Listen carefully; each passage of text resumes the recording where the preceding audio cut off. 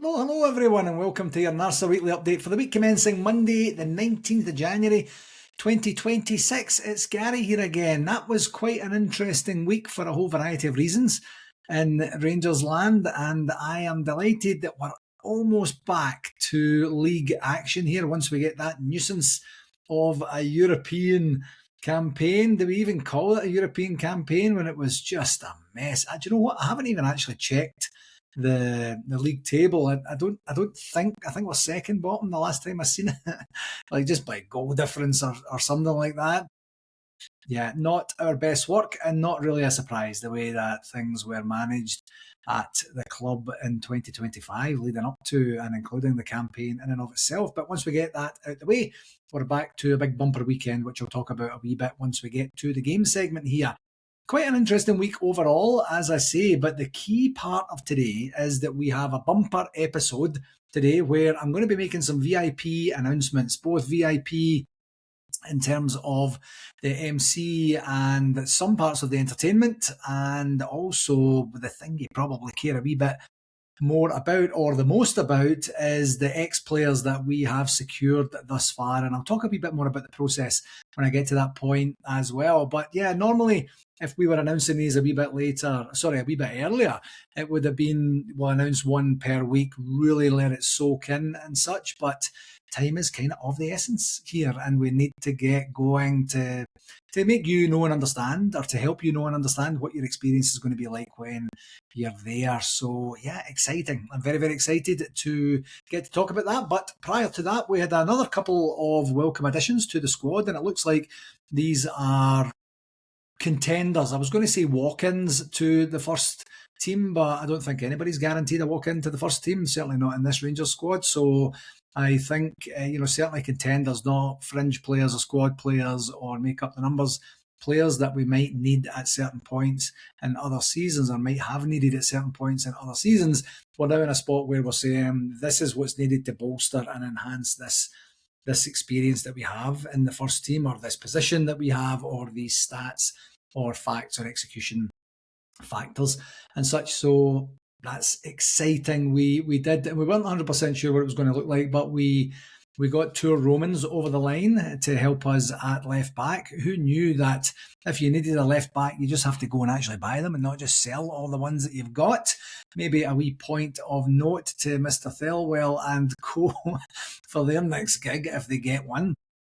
But the big one, and you'd probably seen if you watched the game on Friday or were at the game on Friday, the big one was, of course, getting Andreas Skov Olsen over the line. And you heard the fans. It was a really good crowd. What was it, like 38,000 or something there on Friday night? And that was a big cheer for this guy. We have an affinity, don't we, with wide players or attacking players from Denmark at our club. And of course, he mentions, I don't know what you would even call Brian Laudrup. There's a whole bunch of plaudits for him, but the fantastic one, or the incredible Brian Laudrup, he mentioned him in his interview, saying, I spoke to him, he gave me an idea of the club, of the city, and he seems very like Tochi Chikwani a couple of weeks back. I'd say he spoke very well, and as did Olsen. I don't think I've seen Romans chatting, but the players are so conditioned now, or so trained on media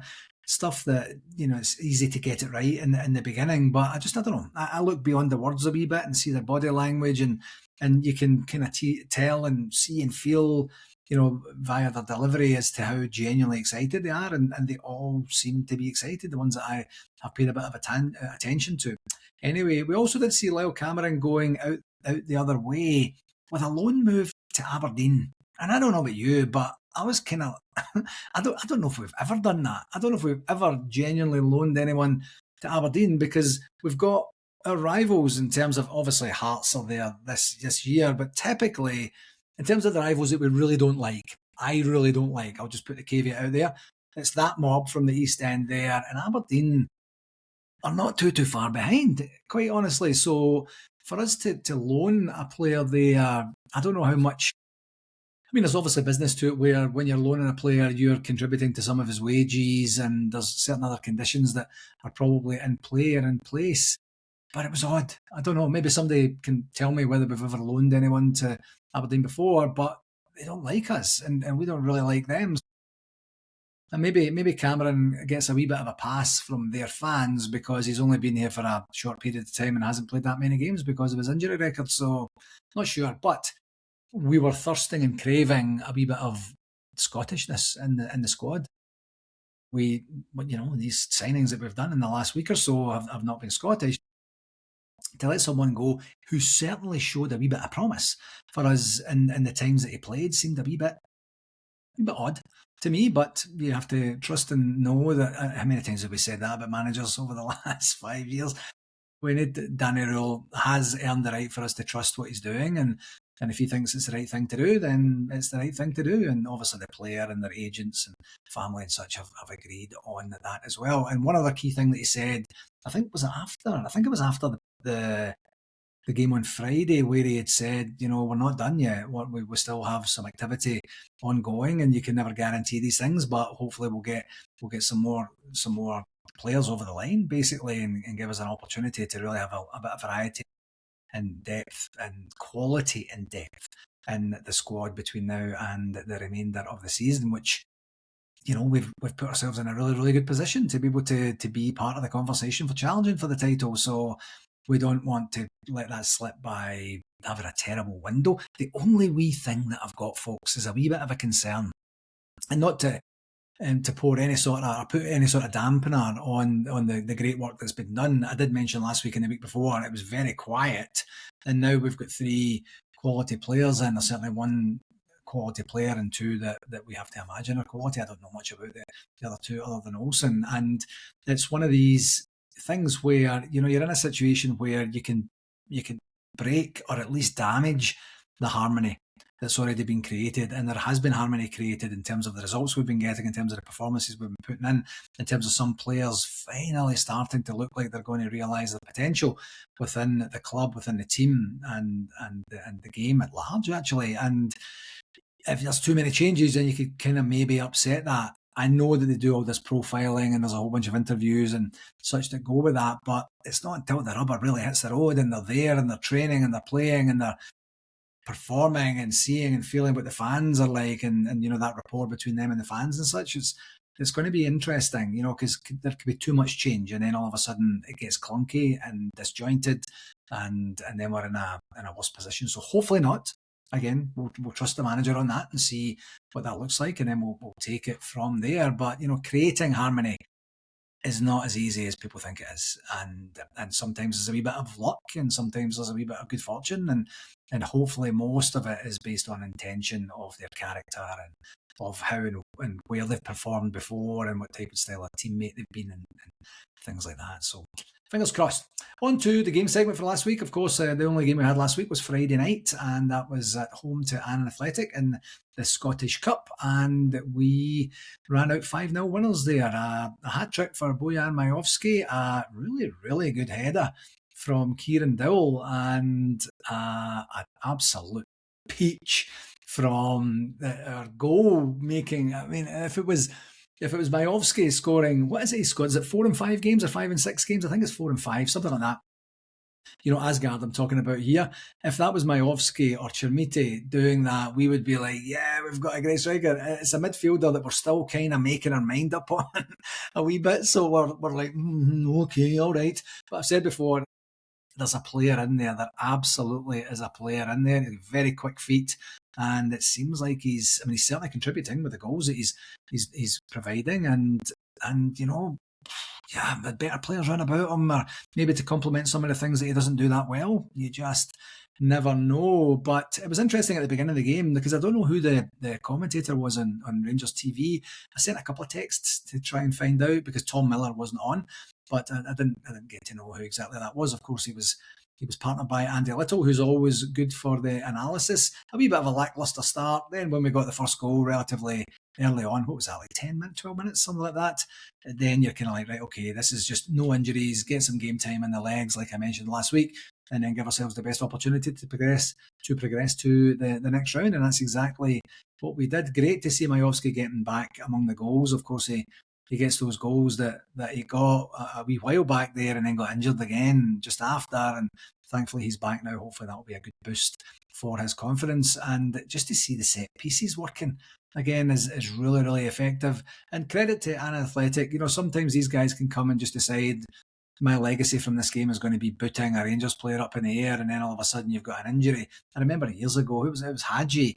Was it Cowdenbeath or something like that? He got injured against, and he was out for a year, and that was a very, very valuable asset for us in terms of our squad, in terms of our opportunity for success going forward with that player, and it just took him out the game, and it wasn't even a bad challenge or anything, but it was just something innocuous that can happen against a lower league team because they don't really know what they're doing as much as we do.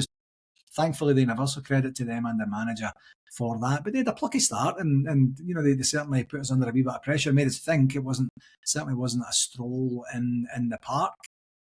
In terms of the goals that we scored, really good. Getting the penalty, of course, and I think there was maybe a wee bit of tug of war for the ball. But if the striker's on a hat trick, he's going to win that almost every single time, isn't he? But in terms of the free kick at the end, I was watching it just standing at my desk downstairs, and I normally I'm not really that emotive when I'm watching the games on my own because I'm just kind of on my own. But that was a shout out loud, woofed, wow! And then you see it from different angles, and that could not have been more perfectly placed in the top left-hand corner if he had have tried or went and placed it there himself. The goalie never moved, and sometimes the goalie never moves just because they're wrong-footed, and then you kind of think, man, if he'd have moved, he would have probably had a chance to get that. Zero chance. With this one, that was a world-class free kick, and it's great to have another guy that can do that. We've seen Magoma hitting something from distance in a few games back there. That bullet, was it against Dundee United? I think it was. And then we've got Tav, of course, who's been super reliable on free kicks over the years, and now to have another option there, it provides variety, and it makes the other teams think because they don't know exactly where it's coming from as well. So it was just an absolute peach. See, especially when you see it from behind him going in, it's almost like a physical impossibility to get it so close to the crossbar, the post as well. Absolutely brilliant. The positives, great to see the debut for the young kid Lawson. I had no idea who he was at all until he came on. Big lad. I think they were saying he's 17. Jaquani, of course, got a chance to come on. Hat-trick for Majovsky.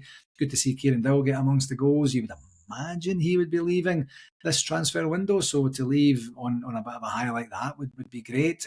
Rothwell, the exact same, did what he needed to do. And again, you can see a wee bit of a player in there. He just doesn't look fit or very interested to me. And I think it's just one of these things where you're like, I tried it didn't work out, and then hopefully he'll have options to head back down south and do what he's doing down there. And of course that free kick from Asgard. Clean sheet, through to the next round. And no injuries. Key, absolutely key. For us, in terms of negatives, it's difficult to be negative with a 5-0 victory against a lesser team, but we were a wee bit, it took us a wee bit of time to get our foothold in the game. Let's say the first 3, 4, 5 minutes was, you were kind of like, I understand you haven't played together, but you guys are training together. The new guy gets a pass, and he wasn't even on the pitch at the time anyway, so it doesn't really matter. But, it's one of these, it was like, what are you doing? You've trained together every single day. You're acting like you've never met each other in your life. But that was just a few minutes. And then they got a grip of it. They did what they needed to do, which is great. In terms of the stats, 77% possession, 7 shots on target with 3 on goal. 12 shots on target with 7 on goal. 12 shots on target with 7 on goal. My apologies.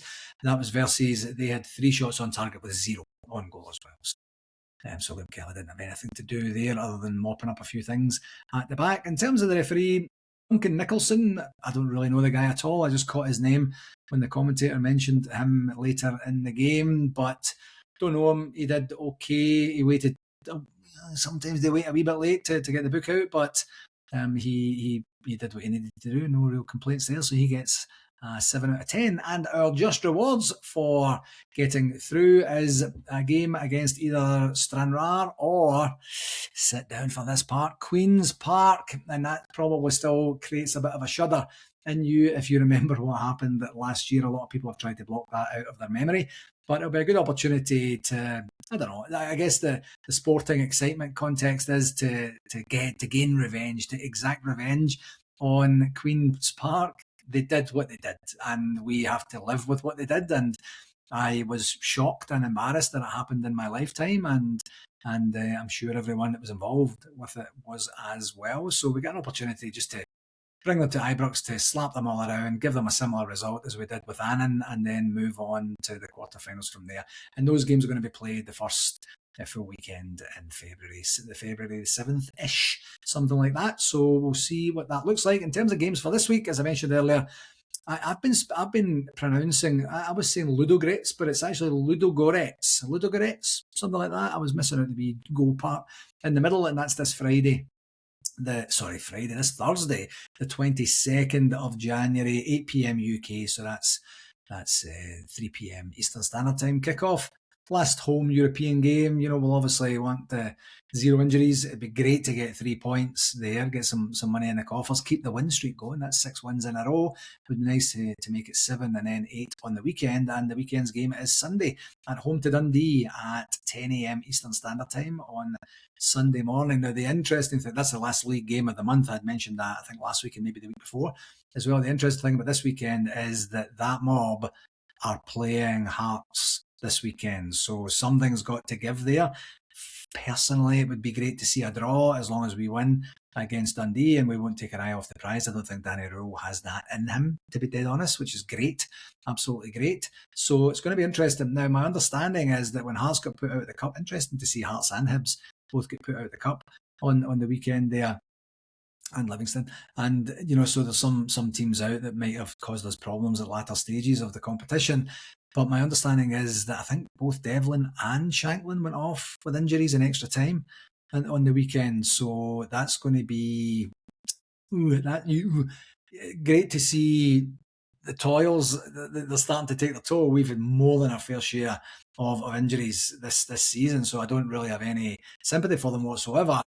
It would just be good if they had all the best players available to play that more, if you know what I mean. So we'll see. Hopefully it's nothing too serious and they might be back for the weekend, but they'll still be a formidable force to see what happens there. And we're playing at the exact same time. So one of those few rare occasions when everybody will be looking at their phones or listening into the radio or whatever. So really, really looking forward to this weekend after we get beyond the European game. In terms of the shout-outs for this week, I just wanted to do a bit of a shout-out. You might have seen on the NARSA socials and the email, if you're part of our email distribution list, that Nathan Evans and the St. Phoenix Band, who are this cohort, now launched their new album called Angels Share. And they had a bit of a splash. They were actually on the field at half-time, on the pitch at half-time, doing a couple of their more famous songs as well, just as a bit of advertising. And Stevie got in touch with us, Stevie Jukes that is, from St. Phoenix, and asked us to share it on our socials, which we were more than happy to do. And in, just over 4 weeks, we're actually heading down. A delegation of us are heading down to Nashville to see said Nathan Evans and the St. Phoenix Band in Nashville, and we'll coordinate it with a wee bit of a look around the hotel and see what the sights are there, and that's going to be a lot of fun. Brian Campbell and his lovely wife Gaynor, Alan McWatt and his lovely family are joining us. Pauline and Mia and myself and Erin are heading down, and my sister and brother-in-law Debbie and Andy are also heading down as well, so that should be a lot of fun.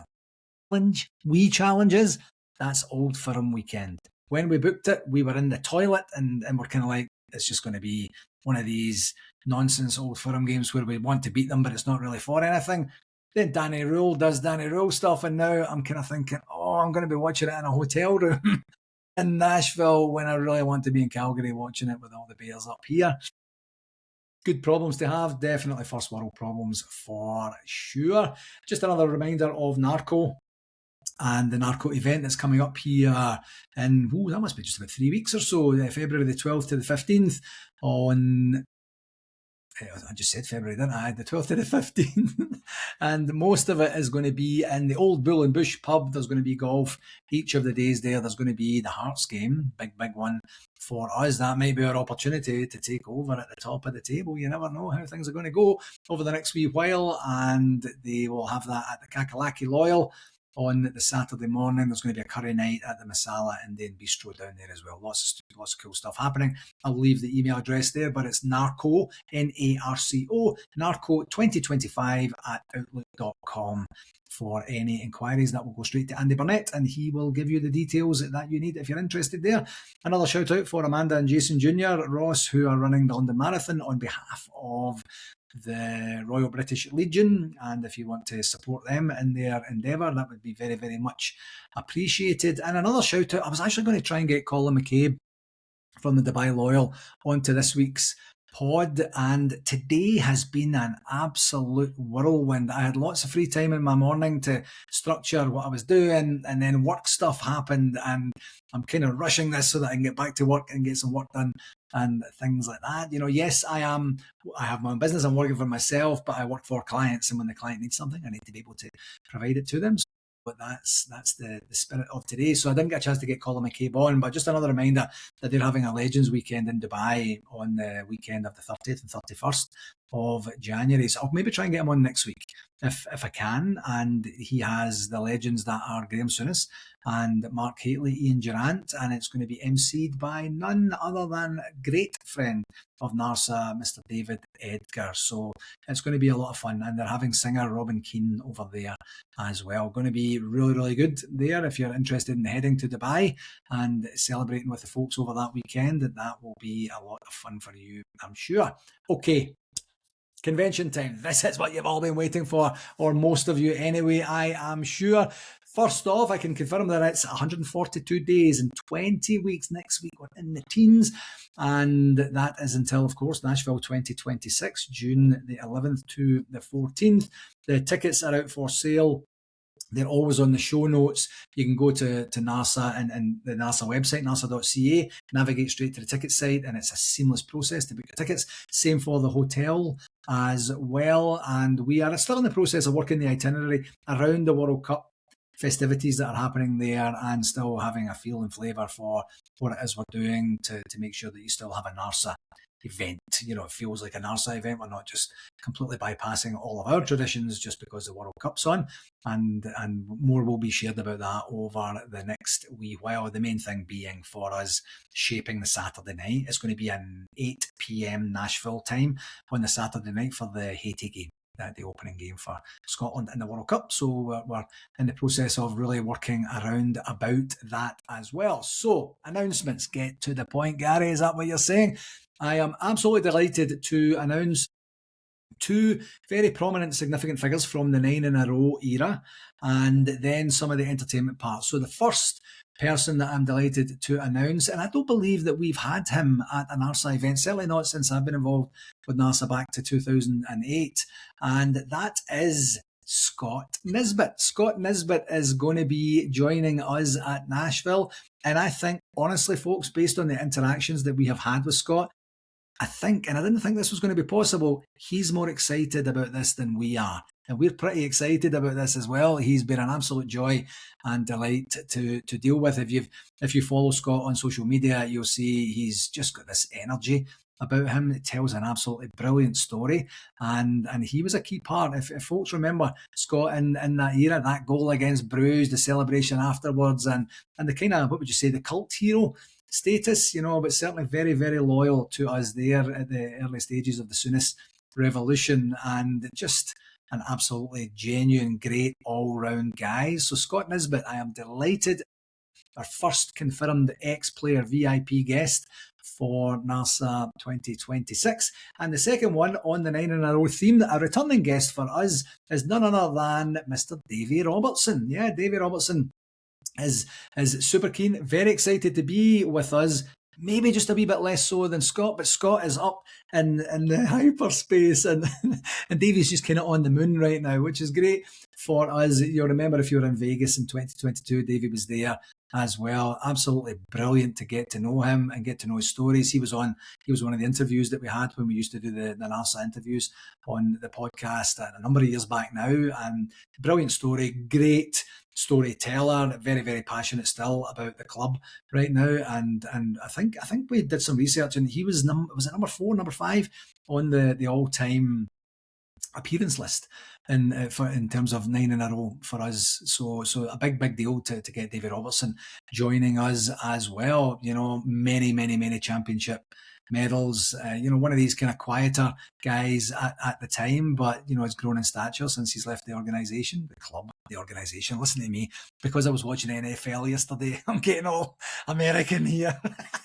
But yeah, professionalism, aplenty, commitment, a winner through and through, and an absolutely brilliant ambassador for Rangers as well. So delighted to have him here. In terms of our entertainment, so that's the two ex-players. We are working on other ex-players right now. The process, I don't know if I mentioned this last week or not, but the process, we have a kind of rough process, which is reach out, see if they're interested, see if they're available, talk to them about the particulars, about what it looks like, what we would need from them, what they would need from us, and how it all kind of manifests itself in terms of the support that we will provide them, and then get a decision and then make the announcement. That's essentially what we do. But it's not really linear for every single player. Every single player has their own nuances in terms of their communication preferences, in terms of how savvy or not they are with technology. Like, those sorts of things. Sometimes a lot of it's on the phone, sometimes a lot of it's on email or text. And there seems to be a thing where there's a commitment thing. When we ask, we've done a lot of pre-work already to get to the point where we're asking, right? And so that's like a month-long, 6-week-long endeavour to get to that point. So then when we ask, we're kind of impatient. We're like, right, answer. We need an answer right now. Move, give an answer. And it's the first time they've heard about it. So they're like, well, let me go check my calendar. Let me go check my work commitments. Let me go check with the wife. Let me see what the family's doing. And then we'll figure it out from there. You add in the other, if I could say, complexity of the World Cup in there, and some of them might be doing media work for the World Cup, so they don't know 100% just yet. So there's all of these factors at play. So when they don't answer us right away with a absolutely hell yes, we would love to come along, there's a wee bit of disappointment in there. And it's the same every year. And we try and coach ourselves, and I'm a coach, we try and coach ourselves to be a wee bit more pragmatic and a wee bit more patient. It's just difficult because we're excitable. We're excitable to try and get these guys over the line. So we've had a few people that we approached that were keen and just couldn't make it happen. We should actually provide a list of those guys at some point to give you an idea of the work that goes on in the background. You just hear the announcements, but there are dozens and dozens, probably hundreds of hours spent collectively by the convention committee to try and make these things happen, and it's not easy. Is what I'm saying. And it's kind of similar on the entertainment side as well. We are not going with a flute band this year. It's a smaller event, and the logistics or the finances, quite frankly, don't really lend themselves to getting a flute band there for the Tam Plunkett Blue Night. So we are going to go with a DJ with the cultural tunes, and that's going to actually be built up around the Scotland game as well. But what I'll do is I'll firstly announce our MC. And this might be a wee bit of deja vu. There is not a glitch in the podcast this week. If you've been listening from beginning up to and including this point, the MC for NARSA 2026, I am delighted, is the returning wonderful Mr. David Edgar. So he's getting a wee bit of practice at a lesser event in Dubai in a couple of weeks. And then he's the big deal, the big cheese here is he's coming over and he's going to be our MC again. He does a brilliant job for us. If you've seen David at these events, he does a great job of moving things along and doing the kind of base level standard MC duties, but his interaction with the players, his ability to recollect certain things that spark a fascinating conversation with the ex-players is second to none. He's just absolutely incredible. And he is massively easy to deal with as well. David, do you want to do it again this year? Yes. Okay. When do you want to announce it? Up to you. Just keep me posted. And then that's kind of it. And that's not the reason he gets picked. He gets picked for everything that I mentioned before, and he does an absolutely fantastic job for us. So we'll get a chance to get some exposure to the Heart and Hand network that he is obviously the kingpin of, and get the word out there as well. So absolutely delighted that David is going to be our MC again. And in terms of entertainment, providing entertainment, we are absolutely delighted to have producer and star of the show, The Journey Back. If you've ever seen The Journey Back, you will know who Stuart Hay is. If you ever spend any time on Instagram or Facebook or probably on TikTok as well, Stuart does these skits they're just hilarious, where he'll put on a Celtic shirt, and I know, I said the C word, I apologise. He puts on one of that mob's shirts, and he'll just act stupid, and then they interact with each other in the van or in the pub or whatever it is, and it's absolutely brilliant. Stuart has been a friend of NARSA for a few years now. We've tried to get him over for a number of years now, bringing the show over and such, but the way that the event seems to be normalising the convention or the destination NARSA that we're organising, it just doesn't make sense to bring over a full show. So he's going to bring over some of the show, and he's going to be providing us with entertainment as the weekend progresses, and the itinerary will build up and around Stuart there. Great guy, very, very enthusiastic, very, very helpful for us as well. And in terms of the excitement factor, he's up there. He's up there with Nizzy and Davey Robertson as well. He cannot wait to get going, and it provides us like an adrenaline rush, like a real energy boost as well. So really, really looking forward to Stuart coming on. He put a wee sneak peek out on his socials a couple of weeks back, and we were like, hey, zip it. We're going to try and announce it all at the same time. So you might have seen that and kind of thought, or put two and two together and understood what that was going to be. But yes, he is on board, and our DJ for the weekend is DJ Angry Bear.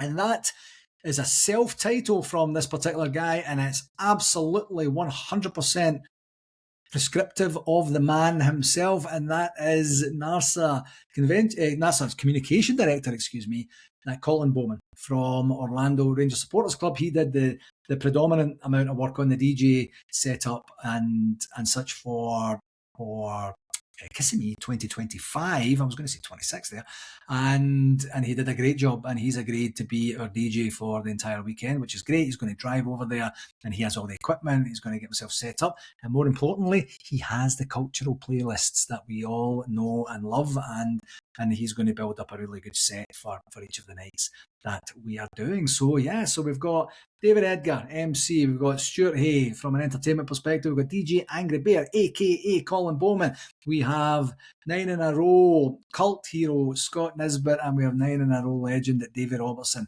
Stay tuned next week. I'm hoping that we'll have more to be able to communicate to you next week as we round off the VIP guests and then just get on with the itinerary of what you can expect when you're there. Please, please, please, you don't want to miss this. An opportunity to come stateside and watch Scotland, actually watch the World Cup opener, watch Scotland in their World Cup opener in amongst all the Bears, and have an opportunity to really have an experience in one of the real party capitals of the world is going to be, it's absolutely incredible. I hadn't actually put it together like that until just right now. So very, very, very exciting stuff, and I hope you are excited too. And we will try and get these guys on the pod either as a wee bit of a cameo that I'll do an interview with them and then we'll just splice it in, or even better, they would just come and sit with me on the pod. We'll talk about what's going on, get a wee idea of what they're doing, and then we'll see them in June. We'll see them in 20 weeks from now. So cannot wait for that. You'll see this information going out on our socials as the day and weeks progress here too. In terms of other NARSA business, we do have a NARSA executive meeting this Wednesday night to talk about our reporting that's coming up at the end of the month here, and the convention planning and various other bits and bobs, and looking forward to seeing all the folks there.